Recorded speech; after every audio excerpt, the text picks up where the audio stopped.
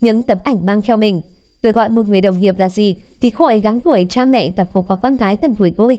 Trong lần trò chuyện hỏi han về gia đình, dì đã cao hứng lấy ra từ trong túi xách 2 tấm hình chụp con trai, con gái dì trong lễ tốt nghiệp đại học. Nét mặt của dì tự hào, có lẽ đó mãi là khoảnh khắc đáng nhớ và xúc động trong hành trình nuôi dạy con gái, vì đó là một bước vừa đủ khôn lớn trưởng thành, vừa đủ khiến cha mẹ yên tâm. Từ đó chúng có bước đẹp để nên người nghề nghiệp. Rồi dì nói như Thanh Minh mang theo tấm ảnh đó không phải để khoe đâu, mà để nếu thấy ai có tính tình thấy dì sẽ mang ảnh 2 con ra giới thiệu, mai mối. Và tấm ảnh nhìn cho trực quan hơn, tôi cũng mang theo bên mình một tấm hình, tất gọn trong khăn thí, chỉ muốn nhắc nhở về dáng hình, chân dung cuộc sống của cha mẹ. Và nhờ tấm hình đó được chụp trong chuyến nghỉ dưỡng đầu tiên trong đời cha mẹ, sau khi con cái chúng tôi đã mời mọc hết lời để được tài trợ cho 2 nhà tài trợ vĩ đại nhất cuộc đời. Nhìn thấy những thời khắc khỉnh thơi hiếm hoi của cha mẹ mà tôi nghe lòng mình rưng rưng, thầm cảm tạ vì cha mẹ vẫn còn ở bên đời, để tôi được thể hiện chút quan tâm ân cần.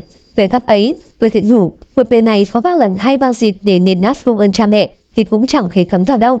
Nếu nhìn lại chặng đường đời đồng hành của một gia đình, tôi nghĩ thích ngăn khưởng nhất là lật dở cuốn album ảnh gia đình, dù ít dù nhiều. Tôi tin mỗi gia đình đều muốn xin giữ chúng, dù bao và tuổi sao rồi. Và gì thì bỏ, chứ những gì liên hệ tới gia đình thì chẳng thể nào mà làm thế. Từng trang hình trong album kỷ niệm là từng dấu mốc hồi ức được lưu giữ. Duy có một tấm khiến tôi xúc động nhiều nhất mỗi khi xem lại tấm hình em trắng chụp cha mẹ tôi nhân ngày cưới. Họ kết hôn với nhau giản đơn, đến tấm áo trắng được sơ cha mặc trong ngày cưới phóng là áo mượn chỉ để tiết kiệm phần nào chi phí. Có lẽ không ai có thể tân nhiệt nổi làm của mình hay của mượn. Tổ chức đám cưới hôm trước thì hôm sau cha mẹ đã bắt đầu về diện cuộc sống gia đình, vươn trải với cuộc đời xã hội, rồi nuôi dạy con cái.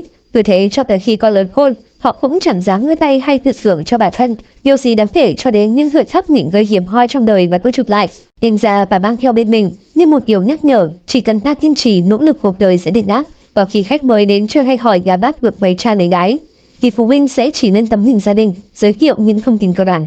Nếu có thể tự hào về nền nếp gia đình thì tôi tin ngôi nhà đó sẽ gìn giữ những khung hình, còn không thì không nên hỏi han. Mỗi dịp đoàn viên cũng là dịp xoay tròn bên những câu chuyện, bên những khung hình, bởi mỗi bức hình đều gợi lại muôn phần từng trải của năm tháng. Trình hiểu hình hiểu cảnh cũng dần tăng theo khi ta cảm nhận những hiểm khó đã qua, những nỗi niềm đã lắng, vui buồn được mất khúc cửa lại và làm nên chúng ta của ngày hôm nay. Về buổi đi cấp số, tưởng chắc không còn nhiều người có sở thích in hình, dự ảnh, nhưng không hoàn toàn như vậy, bởi vẫn có những nơi nhận làm bộ ảnh treo tường từ các ảnh chụp được lồng cùng theo mẫu treo như tranh tường.